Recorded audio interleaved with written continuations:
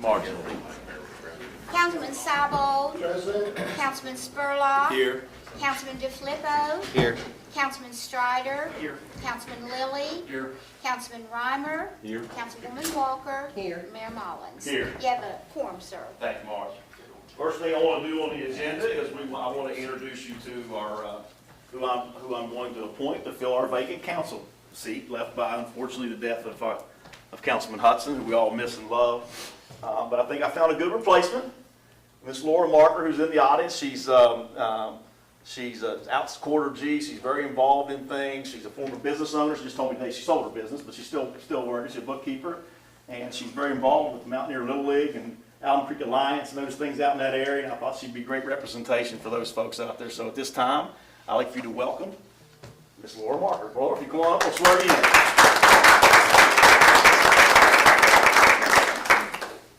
Sorry we don't have your nameplate yet, but it's on the way. That's where you'll be sitting. Come right up here and I'll swear you in. You just raise your right hand and repeat after me, please. I state your name. I, Laura Marker, Do solemnly affirm do solemnly affirm that I will support that I will support the Constitution of the United States of America the Constitution of the United States and the of state of America West Virginia, and the state of West Virginia, and that I will, and that I will, in all respects, in all respects, observe the provisions observe the provisions of the Charter, of the Charter, ordinances, ordinances, resolutions, regulations, and rules of the city of South Charleston, and rules of the city of South Charleston, and will faithfully discharge and will faithfully discharge the duties of city council the duties of city council to the best of my skill and judgment. to the best of my skill and judgment. Congratulations. Welcome to the family. Thank you.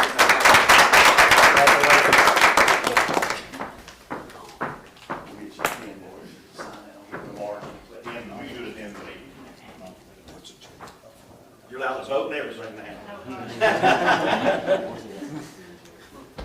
Because we don't have much going on, Laura. Don't we? Okay. Yes. Let's wait on you to go. Oh, okay. All right. You in a hurry, sis? Yeah. Okay. Okay. Item B, we want to give you all an update on. I'm sorry. I'm way too far. Okay. Prayer, pledge. Minutes of the previous meeting, please. Need a motion to approve the minutes of the meeting, please. So moved. Is there a second? Second.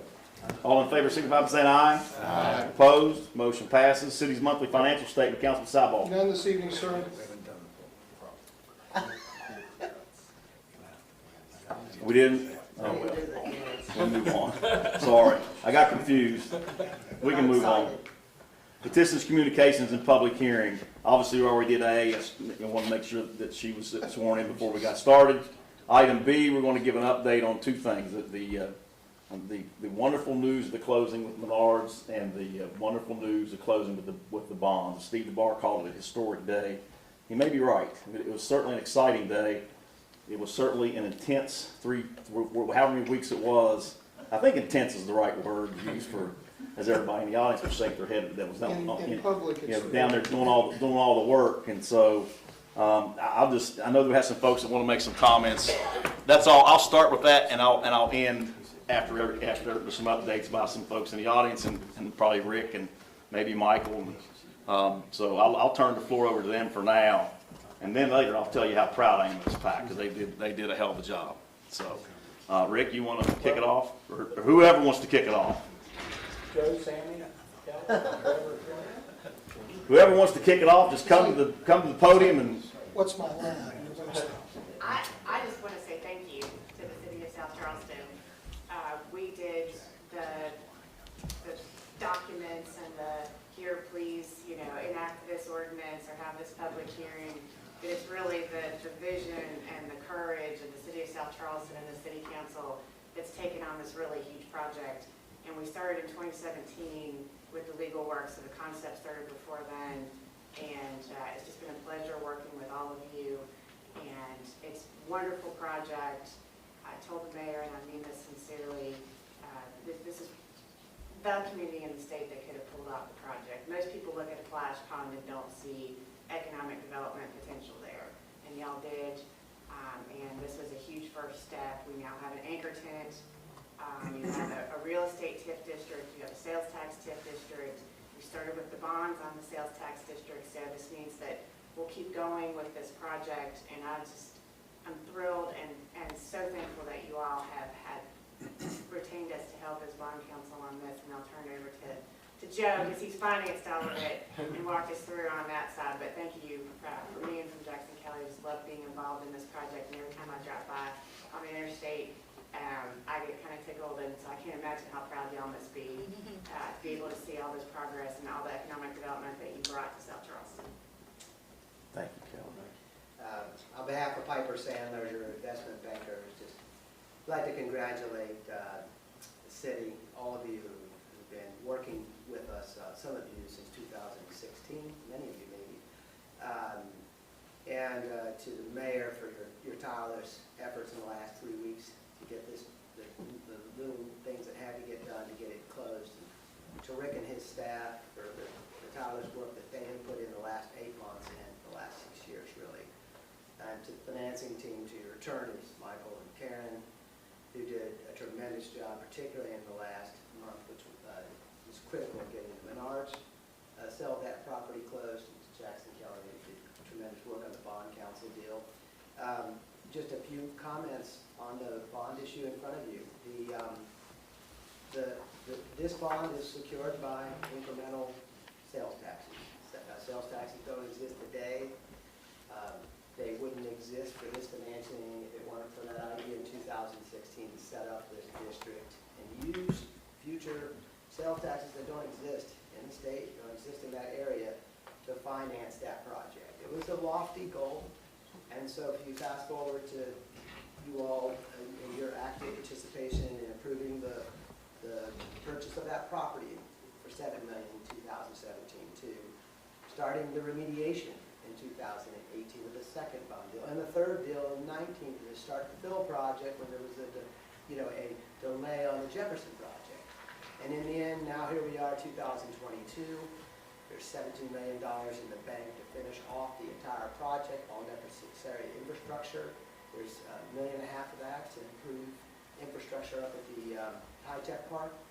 And the other important thing to note was when this offering went out on January the 13th, and you'll see the great work that was done by the team in there. We received orders for 6 times the needed amount of bonds to actually close the deal. And that allowed us to reduce the interest rates on the bonds as they are today, which far exceeded everybody's expectation. And if you look at where the market is today, the timing couldn't have been any better. And so congratulations to you all for your support of this project, Mayor, City Manager, and on behalf of Piper Sandler, thank you for giving us the opportunity to work with you all. We're very excited about what ultimately comes out of this in the next couple of years. Thank you, Mayor. Thank you. Thank you all. Rick or Michael, we have any comments you want to make before I think they. I got so excited I missed the prayer and the pledge. I went straight to the meeting.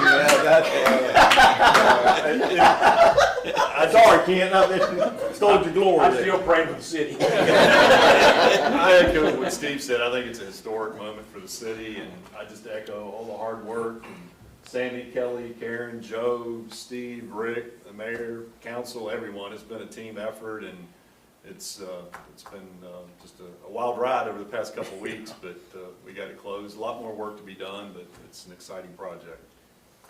You know, one of the things that we had to have for this offering to go out in the public market, a revenue report to back up, so that the potential investors would know that there was, because this is only backed by the revenue of the increment finance, which there is zero now because there's, no one has a store there. But, we had MuniCap that, had that, the people took their word that when they do something, that they have a track record that shows that. But there's a thing called coverage, and that's, you need to have 1.3. This is 1.441. So there's 1.41 amount of revenue, and that's just on 2. It's Menards and another future tenant that hasn't closed yet, so we won't say who that is. They already said it, so. Okay. But but then they did projections on what, the ultimate build out would be. And those are like 3 times coverage, right? More than 3 times coverage. So, and that's all in the Yeah. book here. But what that, as we said, the real historic part of this is that for the next 29 years, the revenue that comes from this district comes to the excise tax board, and as some revenue or some bonds are paid off, then you can issue new bonds. And one of the books I read when I was between the summer between college and grad school was The Power Broker. It was about Robert Moses. A guy named Robert Cairo wrote it, and he ran the Topper Bridge Commission in New York City. And they projected what the coverage was going to be on those bonds. And they thought no one was going to drive cars across the bridge and pay $0.25 to do it. Well, they did, and how he wrote the bonds, he did all kinds of things. He built parks, the UN building, housing, the New York, Long Island Parkway Authority. Well, on a smaller scale, that's what we're going to be able to do here, and what we've done.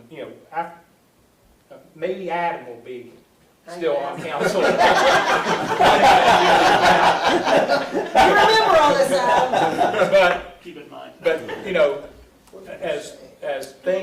as the city continues, there will be opportunities to do other things. And that's the real key to this whole thing. And we're the only city in the state of West Virginia that has a excise tax district. The other 3 are counties. It's pretty amazing. Yeah, it's so, first of all, I blurted this out at the groundhog breakfast. It was a Wednesday morning. I wasn't sure whether I should or not, but I did. There was 100 and some people there, and they all promised me they wouldn't tell nobody. So I put that out there. So please don't tell nobody, 'cause I'm not sure if I'm allowed to say this or not. But anyway, I didn't think it was that big of a secret. But I'm getting messages now on my phone from people congratulating us on this deal. But I think what I want to say to you is that I've told you all many times, I've said this publicly a bunch, of how impressed I am with this group in front of me here. I think our administrative staff is, I told, another thing I told Kathleen had to remind me, I'm getting a little bit older. In October of 22 this year, I've been with the city for 40 years. And I don't know that I've seen, we've had a lot of good teams, don't get me wrong. We've had a lot of good teams. I don't think we've ever had one better than what's sitting in front of me now. And then we reach outside of our circle, and we reach out to Kelly and Sammy and Joe, and we bring those, of course, Michael and Karen. I think of them as, they're part of our inner circle. But we go out and we even improve what we have, because these folks have been just absolutely tremendous. I cannot imagine that we picked a better team to help us than this group out here. And I want to thank you all for that so much, especially this last month was intense. You all worked your tails off, everybody did, and I'm so impressed with that, and I want to publicly say that, and I appreciate you. And it's okay, go ahead and clap for them, it's fine. We thank you all for that very much. And I'm so impressed as a guy that used to be an old coach, and a lot of times you associate, like I always say, coaching parallels with being an administrator. You take players and you evaluate their talent, you put them in a spot where they're going to have success. It's the same thing. And you guys have just been tremendous, and you all as well. So we'll see. I mean, this is a domino effect. It's got us started. Now we move forward, as Rick says. I think we'll be making more announcements as we move forward, obviously, and we got more to come. We got things going on outside this. I had to tell Steve. I joked with him and said, like an old coach, we won this game. You got 24 hours to celebrate. We got to get back to work. We got to get back to work, and which we'll do. Hopefully, we can start hauling dirt here pretty soon. So, anyway. Congratulations to everybody. I couldn't be more proud to be the mayor of this city right now. I mean that sincerely, these folks in front of me. So thank you all for everything you've done. Anybody else, council members, have any comments? Well, it just went silent.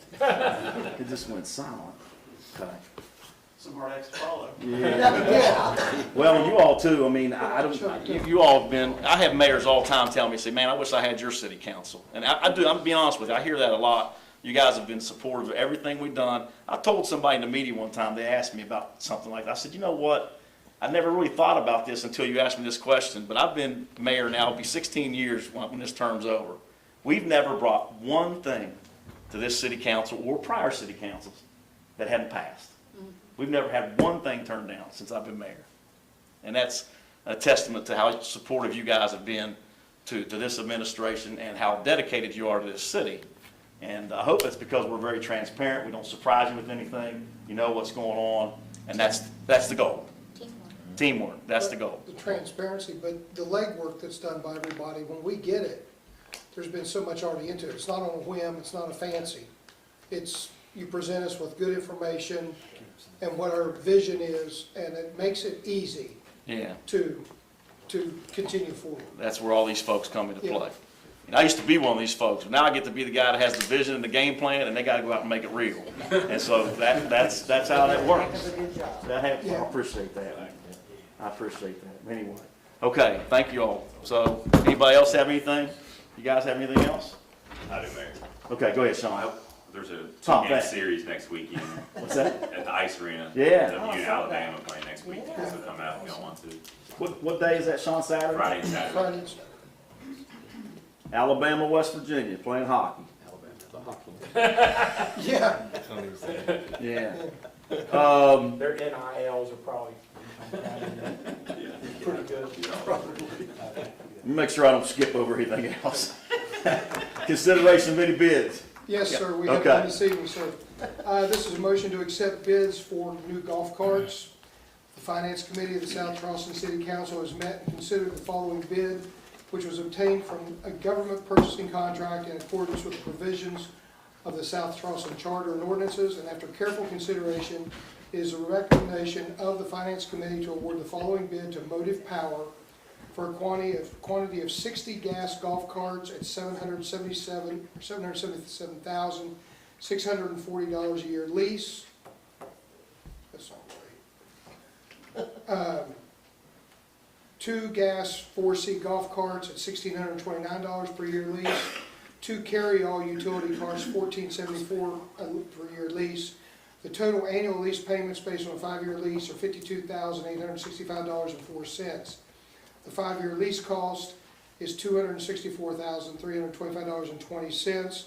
All items are budgeted amounts for these purchases, and we paid from the fiscal year 2023 funds, and we paid from the golf course line items. The lease agreement will contain a non-appropriation clause as required by the West Virginia law.